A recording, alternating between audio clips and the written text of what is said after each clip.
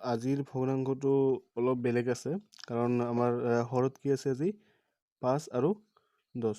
তো প্ৰথম আমি কি কৰিব লাগিব সেম আগৰ নিচিনা 5 আৰু 10ৰ লসাগু ল'ব লাগিব। তো দুয়োটা 5ৰে হৰণ যায়, 5ৰে হৰণ কৰিলে একবাৰ যাব আৰু 5ৰে 10ক হৰণ কৰিলে দুইবাৰ। তো এতিয়া আৰটো বাকী নাযায়, পূৰণ কৰিলে কিমান হ'ব 5 × 1 × 2 5 × 1 = 5 5 × 2 = 10। তো লসাগু আমাৰ কিমান হ'ল 10 হ'ল। তো এতিয়া আমি হৰবোৰ 10 বনাব লাগিব, ঠিক আছে। তো এটাতো 5 আছে, তো 5ৰ লগত কি পূৰণ কৰিলে 10 হ'ব। তো 5ৰ লগত যদি আমি 2 পূৰণ কৰি দিওঁ কিমান হ'ব 5 × 2 = 10। তো 2 আমি অকল হৰত পূৰণ কৰিলে নহ'ব, আমি লব আৰু হৰ অৰ্থাৎ ওপৰত আৰু তলত দুয়োতে 2 পূৰণ কৰিব লাগিব। আৰু ইয়াত এইটোতো হৰ আমাৰ 10 আছে আগৰ পৰা, তো এইখিনি আমি চেঞ্জ কৰিব নালাগে। তো এতিয়া কি হ'ব 5 × 2 = কিমান হ'ব 10 আৰু 3 × 2 = কিমান হ'ব 6 প্লাছ 8/10। তো এতিয়া ভগ্নাংশটো আমাৰ সহজ হৈ গ'ল কাৰণ হৰত কি আছে 10 আৰু 10 আছে না। তো লসাগু কিমান হ'ব 10 আৰু ওপৰত আছে 6 + 8 6 + 8। তো ভগ্নাংশটো হ'ব আমাৰ ফাইনেল ৰিজাল্টটো কিমান আহিব 10 6 আৰু 8 যোগ কৰিলে কিমান হ'ব 14।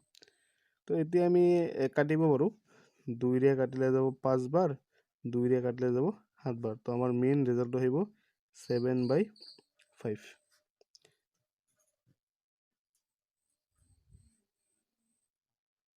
তো এতিয়া 2 নম্বৰ যিটো আমাৰ ভগ্নাংশ যোগ আছে, তো ইয়াত আমি আগতে দুটা সংখ্যা কৰিছোঁ, কিন্তু এতিয়া কি আছে আমাৰ তিনিটা সংখ্যা আছে। তো এইটো আমি কেনেকৈ যোগ কৰিম। তো প্ৰথমে আমি কি তলৰ হৰবোৰ মিলাই ল'ব লাগিব। তো ইয়াত কি আছে 1 আছে, তো যিকোনো সংখ্যাৰ তলত কি থাকে সদায় কি থাকে 1 থাকে। তাৰপিছত প্লাছ 3/2 প্লাছ 1/5 আছে। তো এতিয়া আমি হৰবোৰ লসাগু লৈ ল'ম। কিমান আছে 1 2 আৰু 5 না। তো আমি সাইডত লিখি ল'ম যে 1 2 আৰু 5ৰ লসাগু কিমান হয় 1 2 আৰু 5। তো 1 2 আৰু 5, 2 হৈছে মৌলিক সংখ্যা, 5ও মৌলিক সংখ্যা। তো হৰণ কৰিব নোৱাৰি আমি, তো ডাইৰেক্ট পূৰণ কৰি দিলে হ'ল 1 পূৰণ 2 পূৰণ 5। তো পূৰণ কৰিলে 1 2 × 2 2 5 = কিমান হ'ব 10। অৰ্থাৎ কি হ'ব আমাৰ হৰবোৰ আমি 10 বনাব লাগিব, ঠিক আছে। তো ইমান কঠিন নহয়। তো 1ৰ লগত কি পূৰণ কৰিলে 10 হ'ব 10 না। তো আমি ওপৰত আৰু তলত 10ৰে পূৰণ কৰিলোঁ। তাৰপিছত কিমান আছে 3/2। তো আমাৰ হৰত কি আছে 2 আছে, তো 2ক আমি 10 বনাব লাগে। তো 2ৰ লগত কি পূৰণ কৰিলে 10 হ'ব 2ৰ লগত আমি 5 পূৰণ কৰি দিলোঁ, কিমান আহিব 10 আহিব। আচ্ছা, তাৰপিছত কি আছে 1/5। এই 5ক কি আমি 10 বনাব লাগে। তো 5ৰ লগত কি পূৰণ কৰিলে 10 হ'ব 2।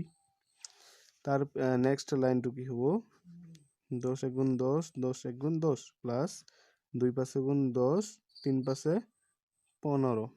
তাৰপিছত প্লাছ 5 2 × 10 আৰু 1 2 × 2। তো এতিয়া চোৱা আমাৰ যিবোৰ হৰ আছে চেম আছে না।